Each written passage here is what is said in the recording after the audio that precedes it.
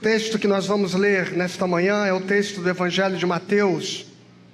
O texto diz: todo aquele, pois, que ouve estas minhas palavras e as pratica, será comparado a um homem prudente que construiu a sua casa sobre a rocha.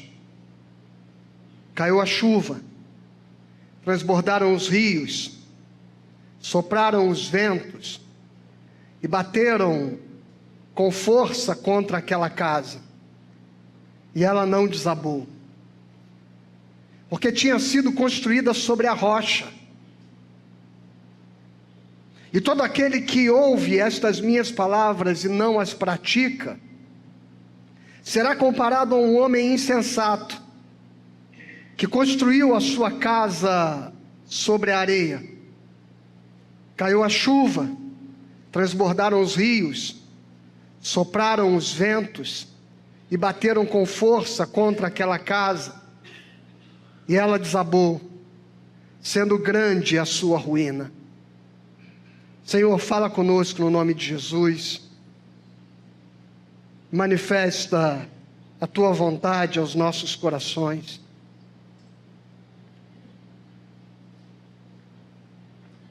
Revela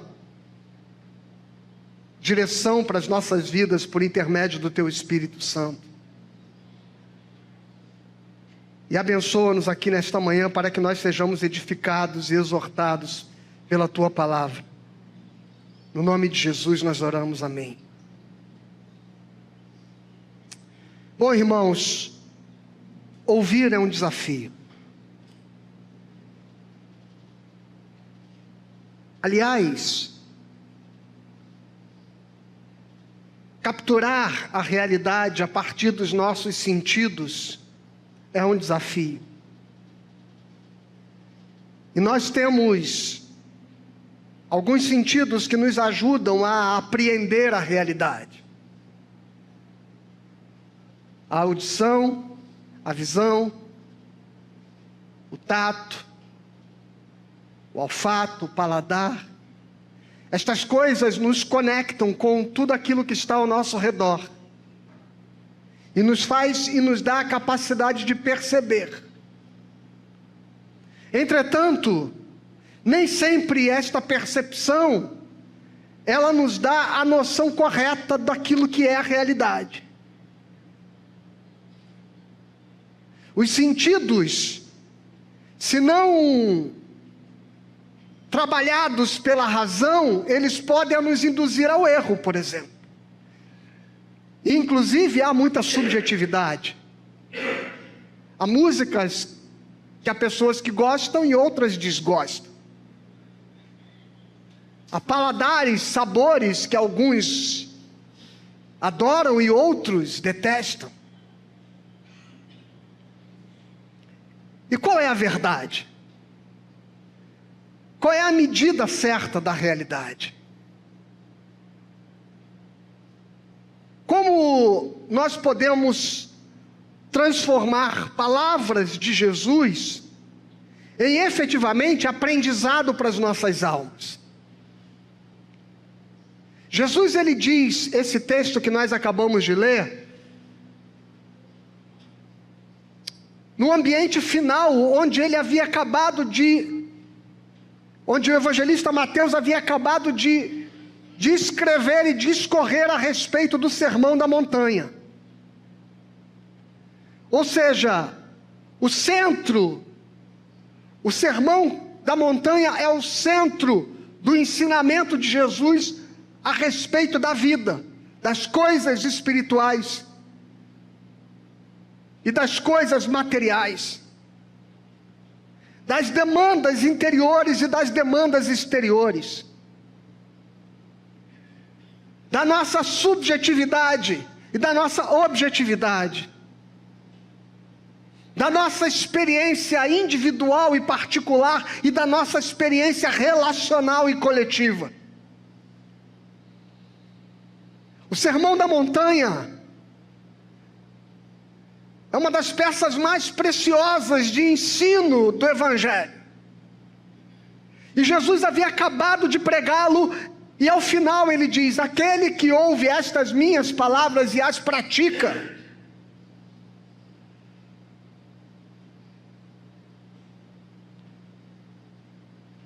Não é estranho que existam muitos evangelhos?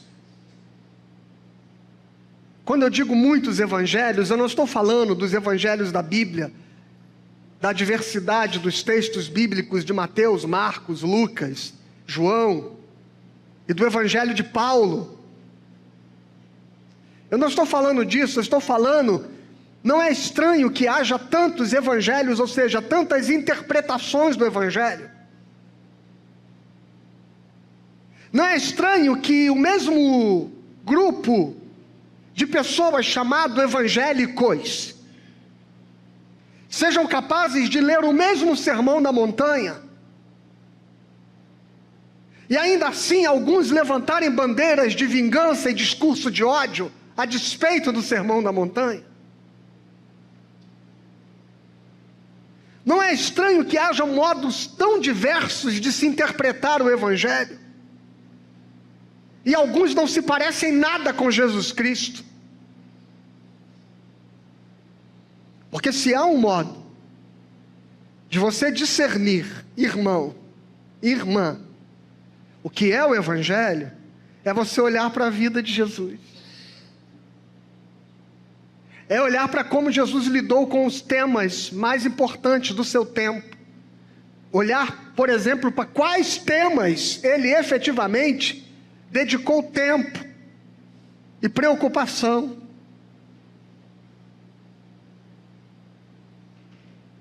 Olhar como ele tratava as pessoas que erravam.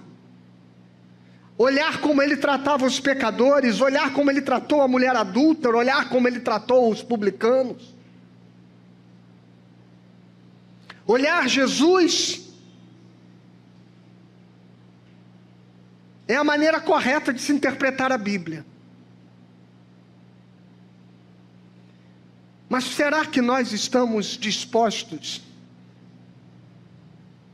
a abrir os nossos ouvidos para ouvir o Evangelho e a verdade do Evangelho? Como é que o povo de Israel consolidou a sua identidade? Eu queria ir com você a um texto lá do Velho Testamento, do livro de Deuteronômio, no capítulo 31, no verso 9.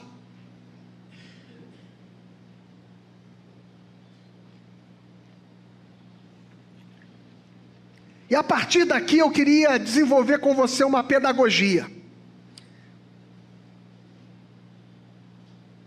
Moisés escreveu esta lei e a entregou aos sacerdotes, filhos de Levi, que levavam a arca da aliança do Senhor, e a todos os anciãos de Israel.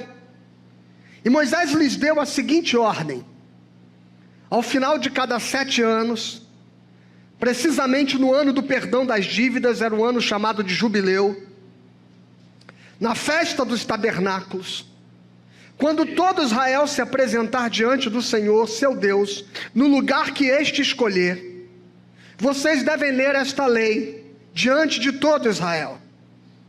Reúnam o povo, os homens, as mulheres, as crianças, os estrangeiros que se encontram nas cidades onde vocês moram, para que ouçam.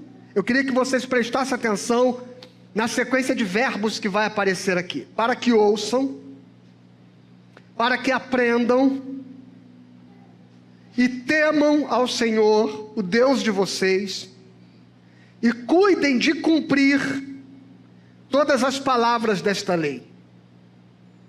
E para que os seus filhos, que não a souberem, ouçam e aprendam a temer o Senhor, seu Deus, todos os dias que viverem na terra, em que passando o Jordão, vocês vão entrar, e da qual tomarão posse.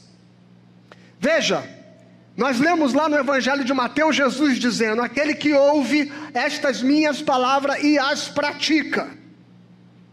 E agora Moisés está falando algo muito parecido com o povo a respeito da lei, quando ele diz: é preciso, veja os verbos que eu pedi para que você prestasse atenção, é preciso que se ouça, é preciso que se aprenda, é preciso que se tema o Senhor, é preciso que se cumpra as palavras da lei.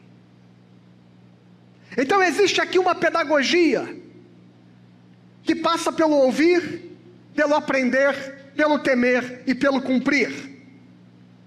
E são estas realidades que eu queria dividir com você por alguns instantes. Há uma diferença entre o que nós captamos com os sentidos e o que nós captamos com o coração. Hoje, por exemplo, nós somos e vivemos numa sociedade de muita informação. Muita informação. Desde o surgimento do Google, onde alguns cliques nos levavam a entrar em contato com qualquer tema, até o advento das inteligências artificiais, que nos permitem penetrar qualquer saber, qualquer conhecimento, que nos respondem qualquer pergunta, que nos dissertam sobre qualquer tema. Na década de 80, veja, eu estou indo há 40 anos atrás. Na década de 80, dizia-se que o homem que lesse, do começo ao fim, o jornal Globo, lembra o jornal Globo, na época que tinha jornal impresso? Nem sei se ainda imprime esse jornal. Muito pouco, né? Mas alguém que lesse o jornal Globo, do começo ao fim, teria absorvido mais informação do que um ser humano ao longo de toda a sua vida, um ser humano comum ao longo de toda a sua vida na Idade Média. Alguém que apenas num domingo lesse o jornal Globo, teria absorvido mais informação do que um ser humano ao longo de toda a sua vida na Idade Média. Imagine agora, com o advento da internet, do Instagram, do Facebook, do Google, do ChatGPT, do Gemini e de tantas outras inteligências que nos estão disponíveis. Imagine agora. Houve um tempo onde as pessoas não tinham acesso às Sagradas Escrituras. Hoje tem Bíblias comentadas de todo tipo, de todas as pessoas, monte de gente, comentários bíblicos fartos. Mas o que é o Evangelho? O que é a essência do Evangelho? Porque, irmãos, informação que não se transforma em conhecimento não muda ninguém. Se aquilo que se apreendeu não for apreendido, não produz mudança e transformação, não produz crescimento. É só um bando de dados que só servem para confundir a mente e produzir ansiedade. Ansiedade. E talvez não seja consequência que diante de uma sociedade com a vastidão de informações que nos são disponíveis, nós vivemos o tempo das pessoas mais ansiosas.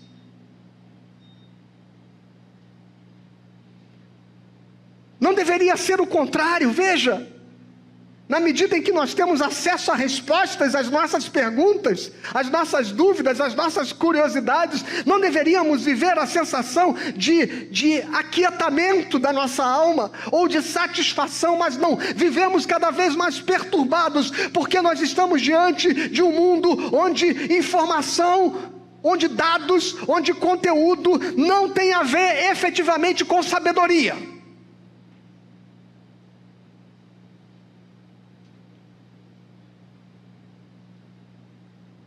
E é preciso então o exercício de transformar aquilo que se ouve em aprendizado, e este aprendizado se converter em temor no coração, e este temor nos levar a cumprir, a obedecer.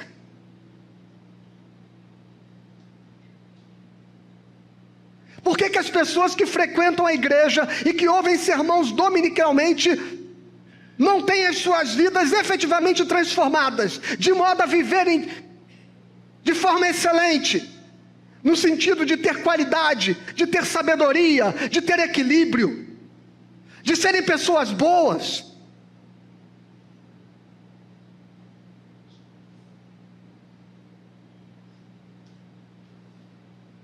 Por que a massa de gente cristã não é efetivamente sinônimo de gente boa?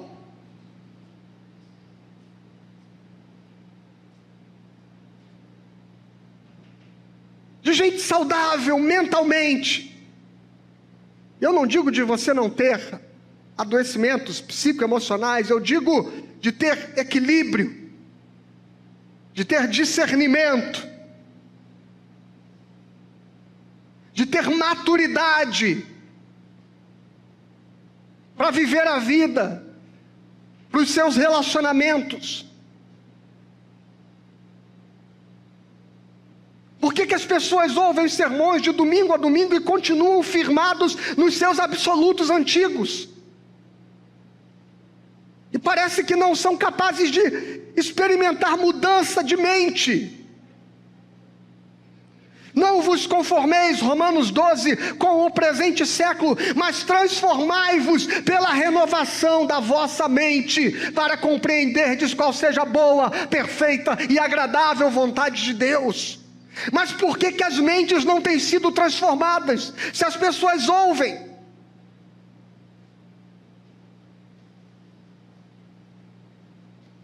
Eu queria refletir com você a respeito disso.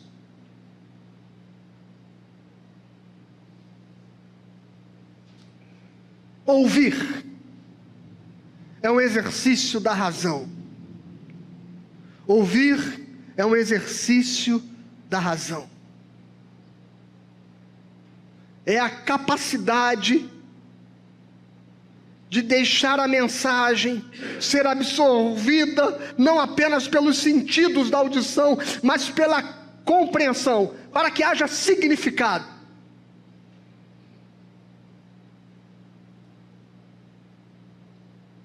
Para que nos leve à reflexão, para que nos leve a exercitar o pensamento.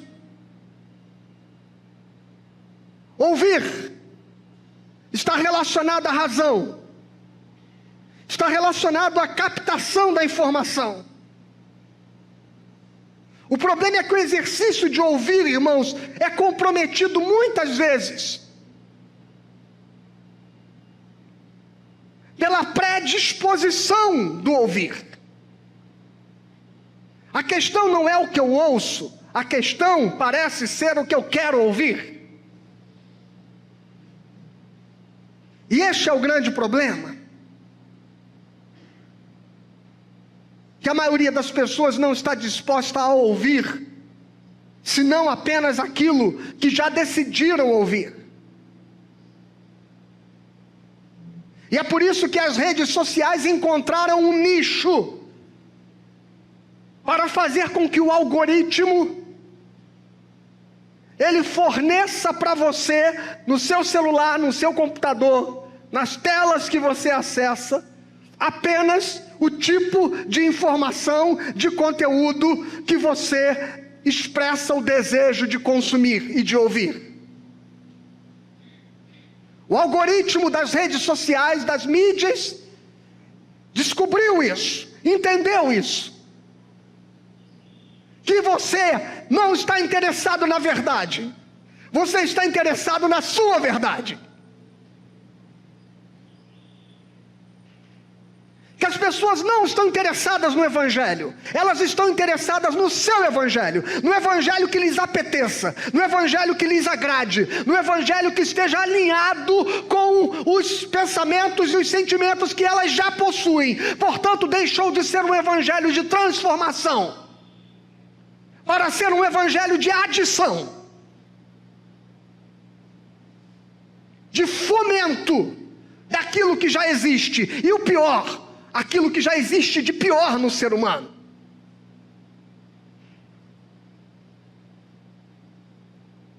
Como dizia C.S. Lewis, de todos os homens maus, Os homens maus religiosos são os piores de todos.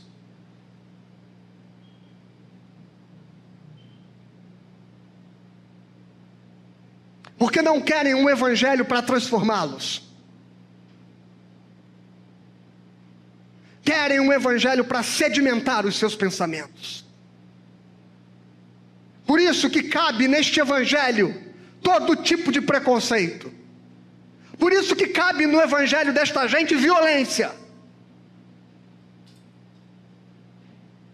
Por isso que cabe no evangelho dessa gente a defesa das armas. Por isso que cabe no evangelho dessa gente a defesa do ódio.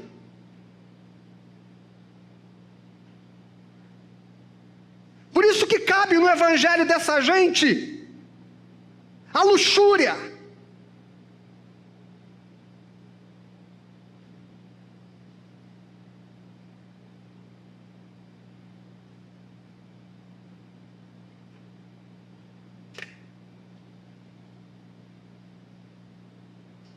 Certa vez, um pregador que nós conhecemos, ele disse que um certo pastor foi pregar numa igreja, e ele disse para o dirigente do culto, quando ele recebeu a palavra para pregar, quanto tempo eu posso falar? E o dirigente falou para ele, você pode falar o tempo que você quiser, nós é que só vamos te ouvir 20 minutos.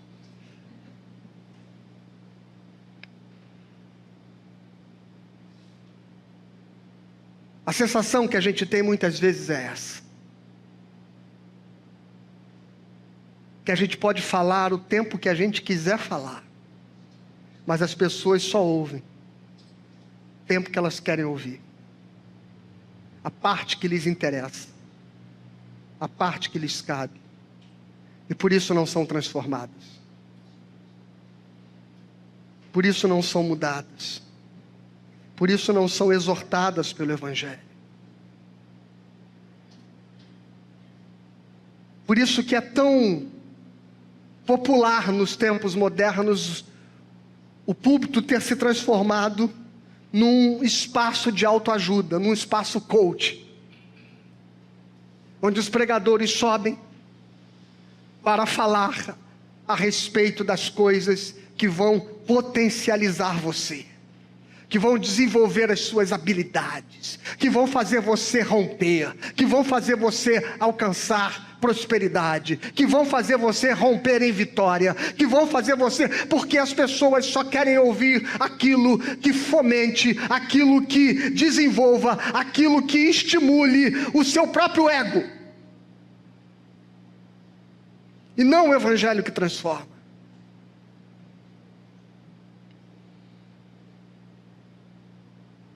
Porque é uma barreira nos ouvidos.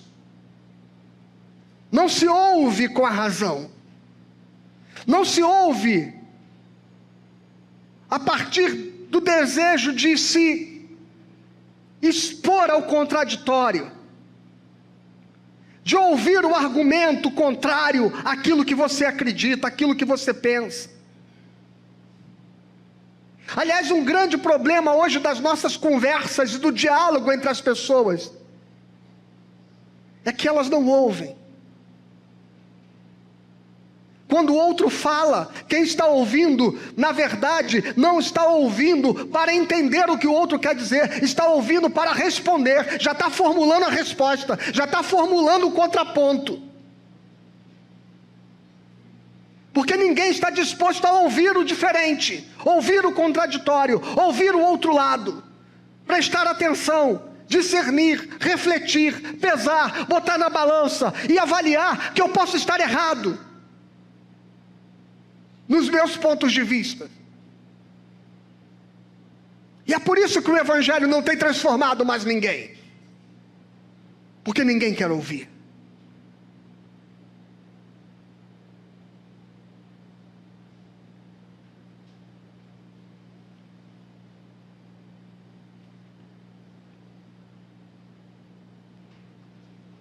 Provérbios capítulo 18, versículo 13 diz que responder antes de ouvir é estultícia e vergonha.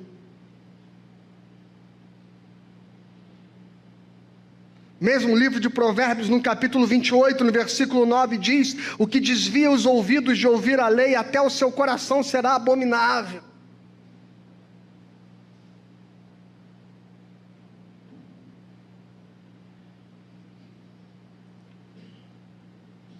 Mas o que é mais interessante de tudo é o que Paulo fala quando ele diz: conjuro-te perante Deus e Cristo Jesus, que há de julgar os vivos e os mortos, pela sua manifestação e pelo seu reino. Prega a palavra. Ele está dizendo isso a Timóteo. Pega a palavra, insta, quer seja oportuno, quer não, corrige, repreende, exorta com toda a longanimidade e doutrina. Escuta isso: pois haverá tempo, diz o apóstolo Paulo, pois haverá tempo em que não suportarão a sã doutrina. Pelo contrário, cercar-se-ão de mestres segundo as suas próprias cobiças, como que sentindo coceira nos ouvidos, e se recusarão a dar ouvidos à verdade, entregando-se às fábulas. Tu, porém, se sóbrio em todas as coisas, suporta as aflições, faz o trabalho de evangelista, cumpre cabalmente o teu ministério. Sabe, irmãos, gente que vai buscar mestres segundo o desejo do seu coração. Jesus está pedindo para que você tenha a vida transformada.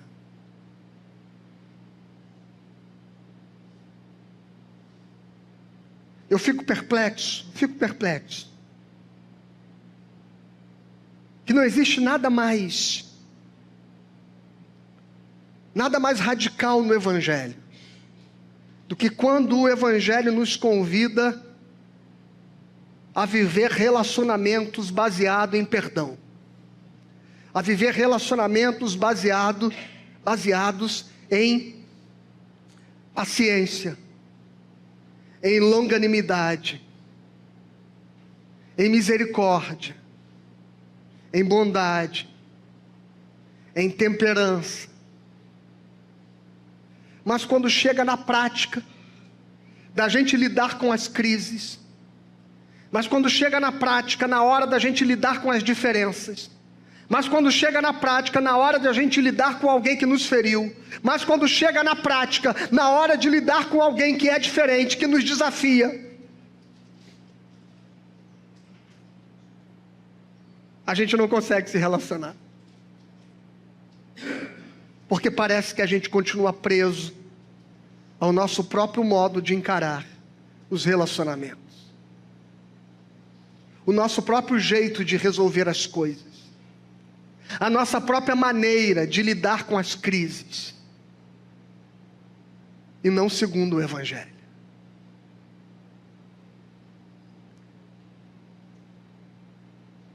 Não é de se admirar, irmãos, que a Bíblia fale tão radicalmente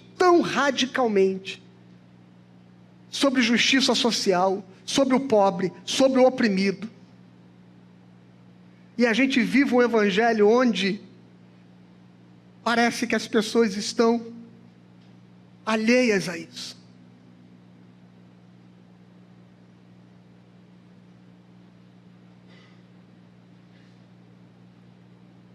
Será que leram outro evangelho?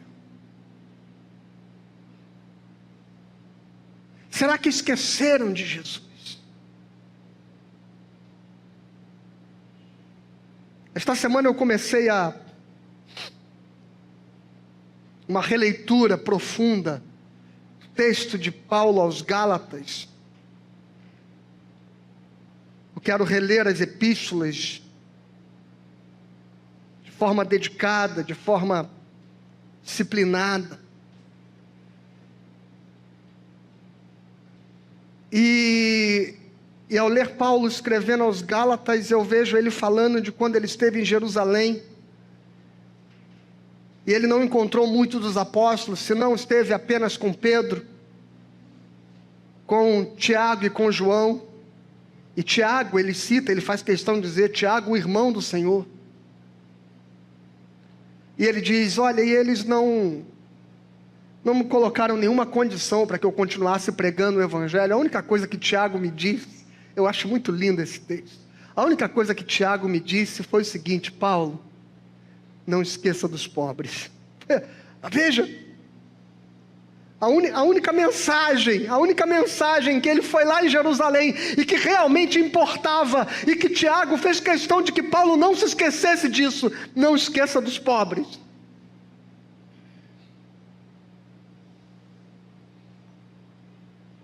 Por que será, irmãos, que tanta gente que se diz cristã é tão indiferente à causa do pobre e do oprimido?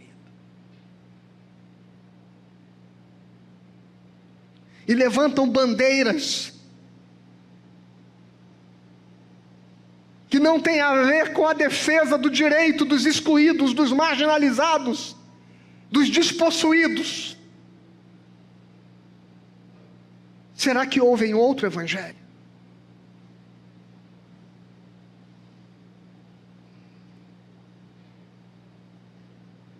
O que você tem vindo fazer na igreja? Ouvir o evangelho? Ou ouvir apenas o que você quer ouvir?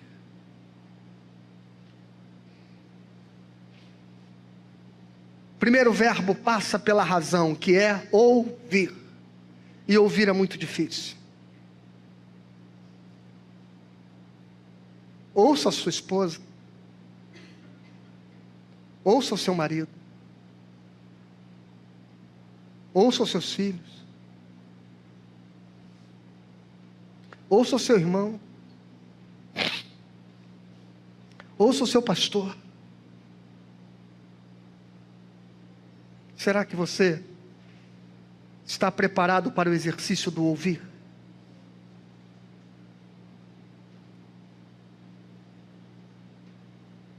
Ou será que você está dizendo: até aqui eu ouço, daqui para lá já não ouço mais?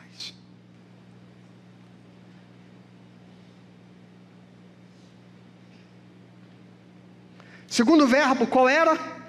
Para que ouçam e aprendam. Para que ouçam e aprendam, é o que Moisés diz: leia diante de todo o povo, de todas as crianças, de todos os estrangeiros, reúne todo mundo, de 7 em 7 anos pelo menos. E Moisés faz questão de dizer, de 7 em 7 anos, para que as crianças que nasceram nesse período, elas tenham oportunidade de ouvir toda a lei. E leiam toda a lei diante do povo, para que eles ouçam e para que eles aprendam. Se ouvir passa exclusivamente pelo exercício da razão, agora no aprender nós já conectamos emoção e razão.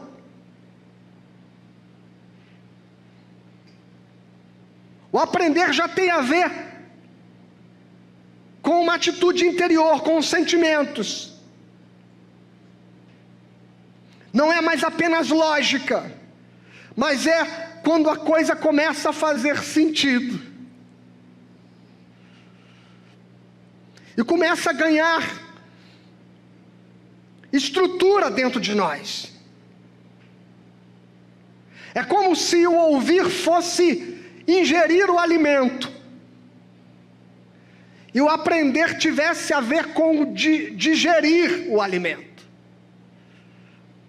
O processo da digestão e não apenas o processo da ingestão. É quando você vai começar a trabalhar dentro de você, de todas as estruturas do seu ser, aquilo que você ouviu.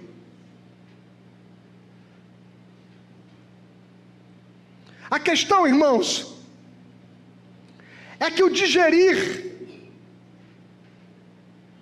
é um processo lento.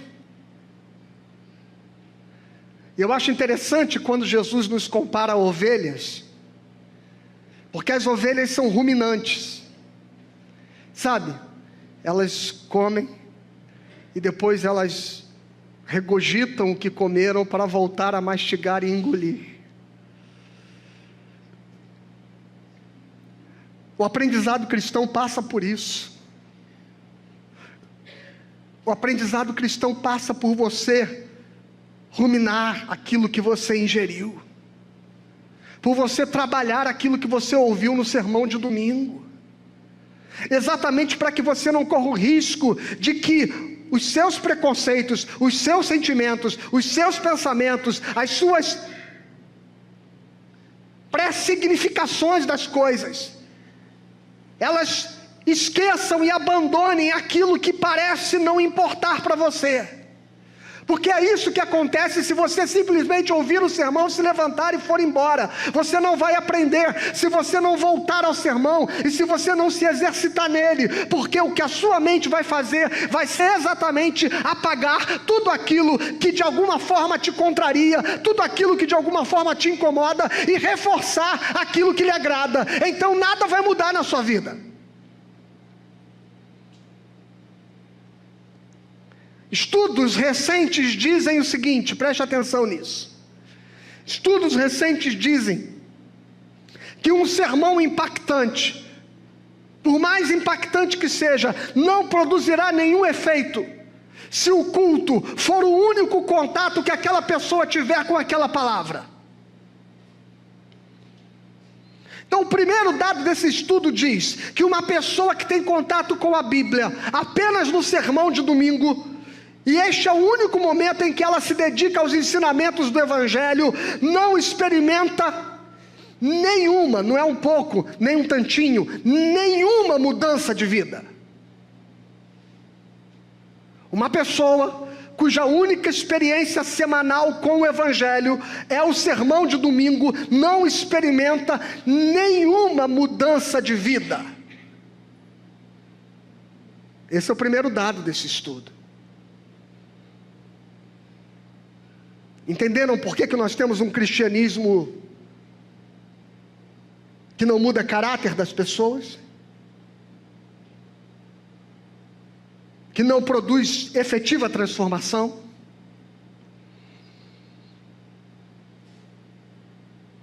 Segundo dado dessa pesquisa, uma pessoa que tem contato com a Bíblia no sermão de domingo, e mais um outro momento, um único outro momento ao longo da semana, ou seja, numa célula, por exemplo,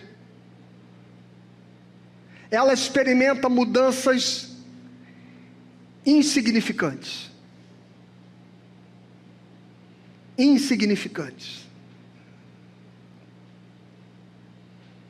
Ou seja, se você só vai domingo na igreja e participa da sua célula semanal, e este é o único contato que você tem com a Bíblia e com o Evangelho, você vai experimentar mudanças insignificantes.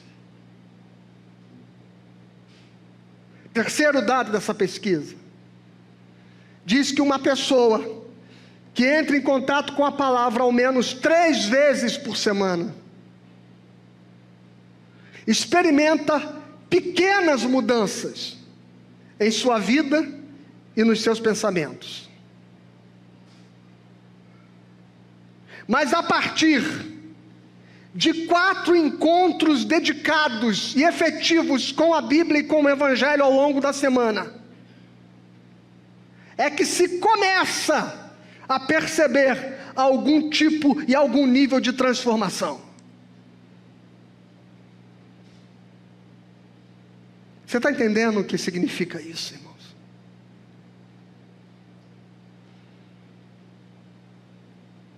Você está entendendo que tipo de vida medíocre nós podemos estar vivendo enquanto cristãos? Frequentadores de culto,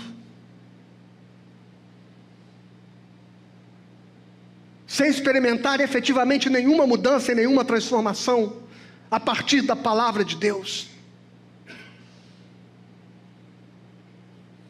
Você está entendendo o que isso significa?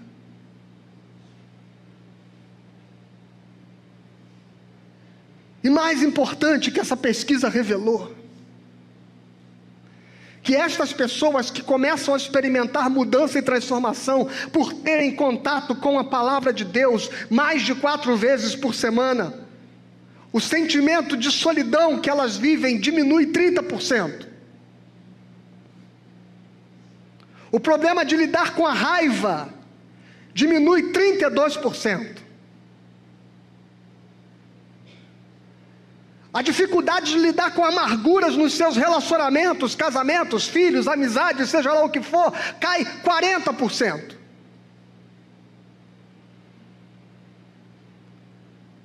Elas têm 57% de menos chances de ter algum problema com vícios e álcool. A ação de compartilhar a fé, esse dado é assustador. A ação e o ato de compartilhar a fé com outras pessoas aumenta 200%.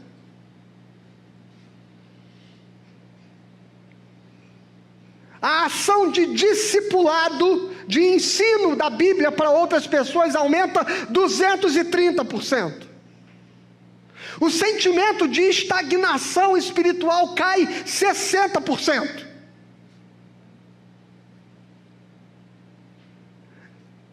Essas pessoas têm 61% menos chances de se envolver com pornografia.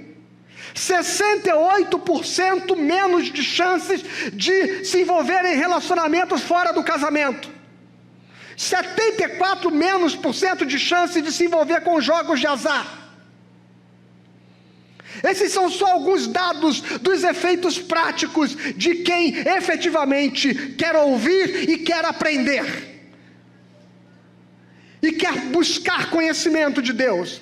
E quer buscar aprofundamento na palavra de Deus.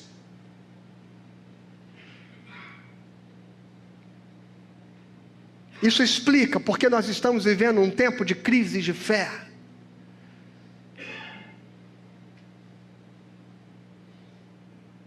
Porque nós não temos um povo evangélico que esteja disposto a ouvir para aprender.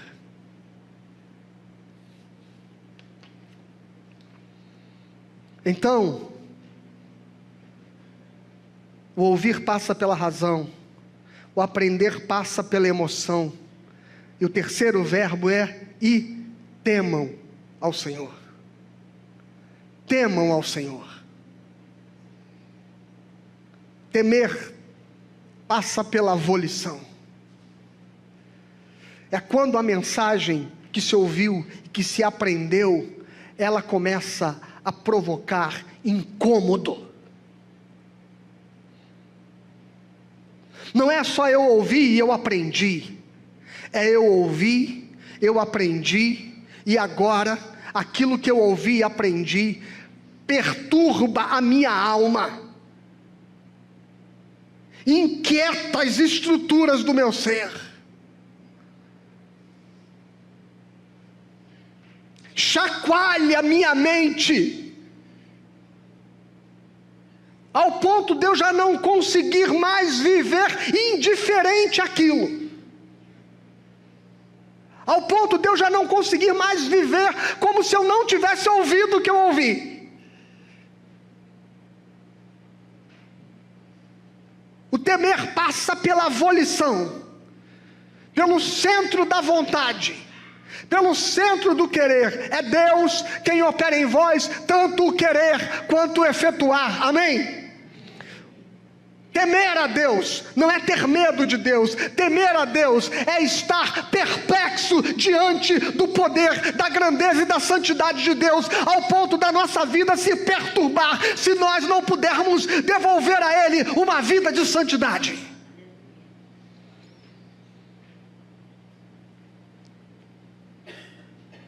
É quando a gente acusa o golpe, sabe? E o evangelho começa a fazer diferença.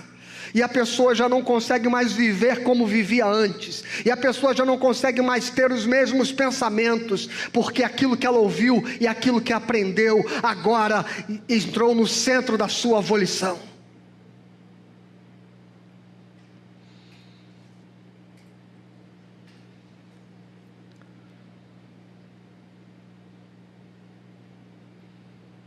Ouvir, aprender e temer ao Senhor.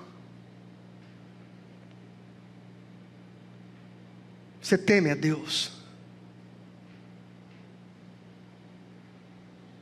Sabe? Quando você está brigado com alguém, quando você está brigado com seu marido, quando você está brigado com a sua esposa, você teme a Deus.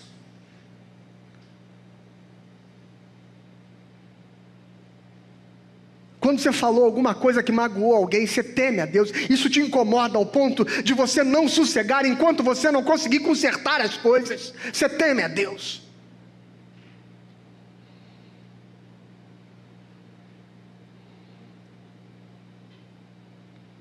Quando você vê alguém em estado precário de necessidade, quando você vê uma alma humana, uma vida humana, vivendo na indignidade, será que isso te incomoda como alguém que teme a Deus e diz: eu não posso suportar isso?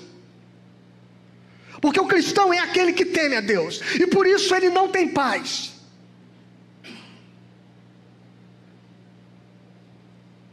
Desculpa se te oferecer um cristianismo confortável, onde você terá tranquilidade, paz e felicidade. É impossível ao cristão ser feliz nesse mundo. Escuta o que eu estou te dizendo.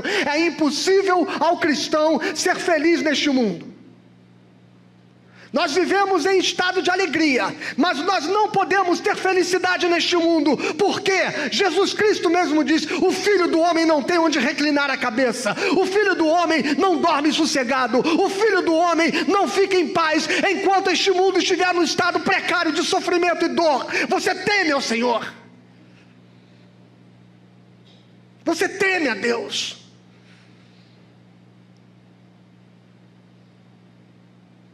Dono da vida, dono da criação, Senhor do universo, que fez todas as coisas para a sua glória. Quando você ver o mundo corrompido em pecado, será que isso te incomoda como alguém que não suporta estar diante dessas circunstâncias? Você teme ao Senhor.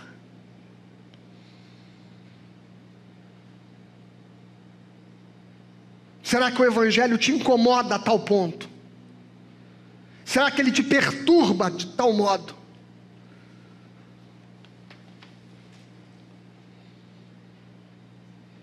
Ao ponto de você se transformar num ser humano diferente e melhor? E de você ser instrumento de transformação onde quer que você esteja? Isso passa por temer a Deus. Porque temer a Deus é que nos faz pensar do seguinte modo: eu não quero fazer isso, é desconfortável para mim fazer isso. Segundo o meu pensamento, eu acho que eu não devo fazer isso, mas o Senhor está me mandando fazer. Então, contrário à minha vontade, contrário ao meu pensamento, contrário ao meu conforto, contrário ao meu desejo, eu farei, porque eu temo ao Senhor.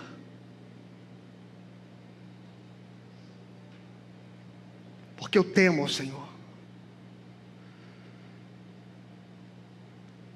Leia esta lei, disse Moisés, para que vocês ouçam, para que vocês aprendam, para que vocês temam a Deus, e por último, para que vocês sejam capazes de cumprir. Cumprir.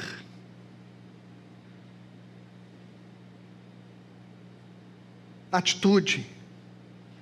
Então, os 4 passos da pedagogia de Moisés passam pelo ouvir razão, pelo aprender emoção, pelo temer volição e pelo cumprir ação.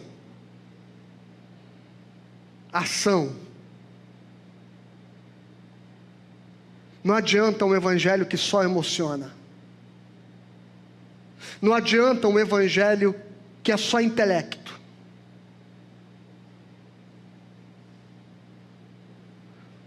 Não adianta um evangelho que é só teologia.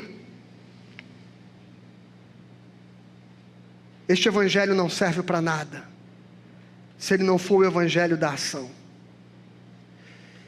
E essa é a parte mais difícil do processo,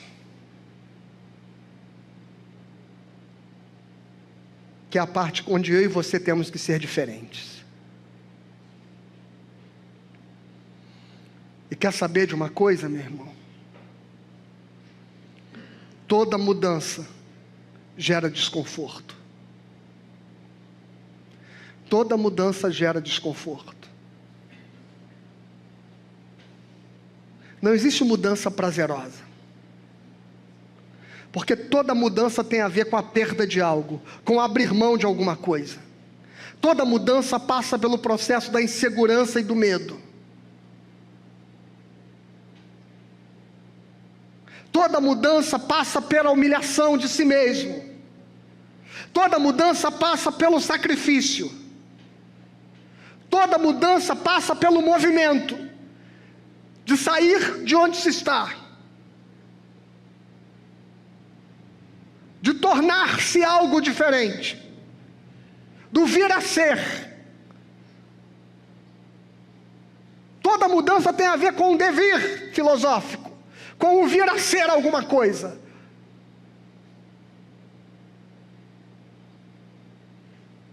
E o problema é que nós somos sedentários emocionais. Sabe o que significa sermos sedentários emocionais? Nós estamos paralisados naquilo que é o nosso lugar de conforto.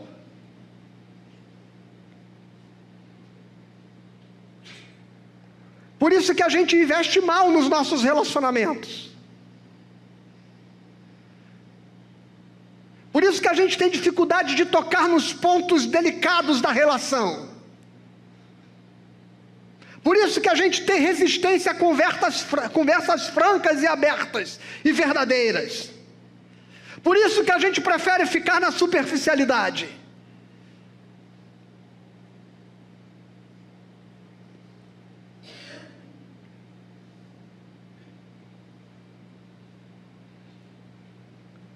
Nós somos sedentários emocionais. Por isso que a gente não quer que os filhos cresçam.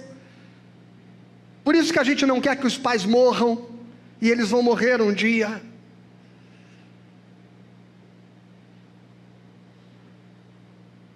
Por isso que a gente resiste às mudanças tecnológicas. Por isso que a gente resiste às mudanças na empresa. Por isso que a gente adora a ideia de um cristianismo conservador que mantenha os seus mesmos e antigos meios e métodos. Porque dialogar e lidar com o mundo novo é perturbador. Lidar com novas ideias é perturbador.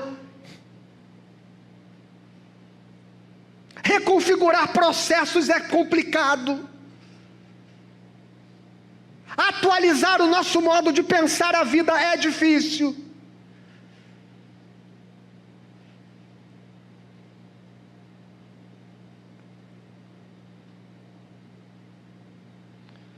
Por isso que a gente tem a tendência de querer que as coisas fiquem como estão.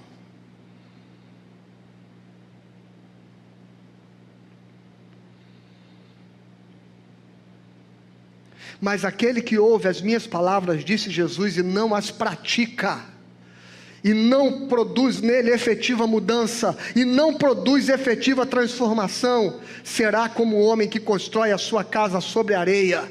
As tempestades do futuro virão, e eu pergunto a você, como você está se preparando para elas?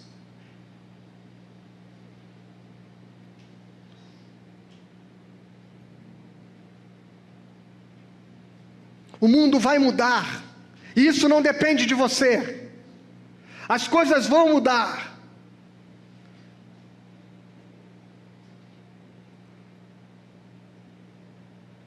Seu parceiro, sua parceira vai mudar.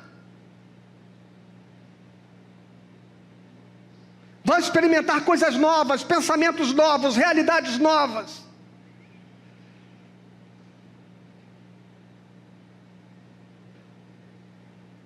A sua casa está edificada sobre a rocha, ou seja, você é alguém que ouve e é capaz de aprender, e é capaz de cumprir, e é capaz de transformar-se, e é capaz de moldar-se, e é capaz de renovar-se?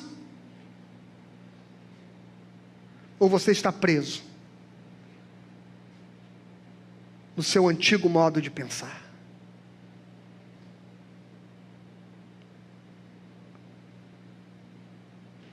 Quais são os 4 verbos para a gente terminar? Ouvir, aprender, temer, cumprir. Vamos repetir? Ouvir, aprender, temer, cumprir.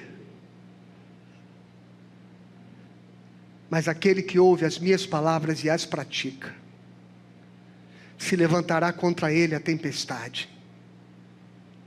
Ah, meu irmão, vai haver tempestade contra o teu casamento, contra a tua casa, vai haver tempestade contra a igreja, vai haver tempestades contra a tua vida, vai haver tempestades no teu trabalho, vai haver tempestades na sociedade, mas você está firmado sobre a rocha, porque você é alguém que ouve a palavra de Deus e as pratica.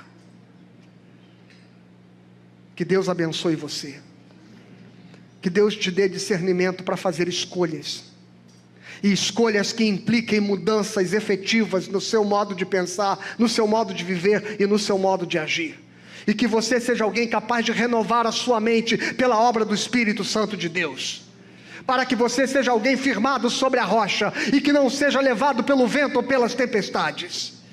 E assim nós vamos fazer nascer e crescer uma igreja forte e uma igreja poderosa, para a glória do nome de Jesus, que não está sujeita às mudanças do clima e às mudanças do tempo, mas que está firmada sobre o Evangelho que a gente ouviu, aprendeu, temeu e cumpriu, em nome de Jesus. Amém?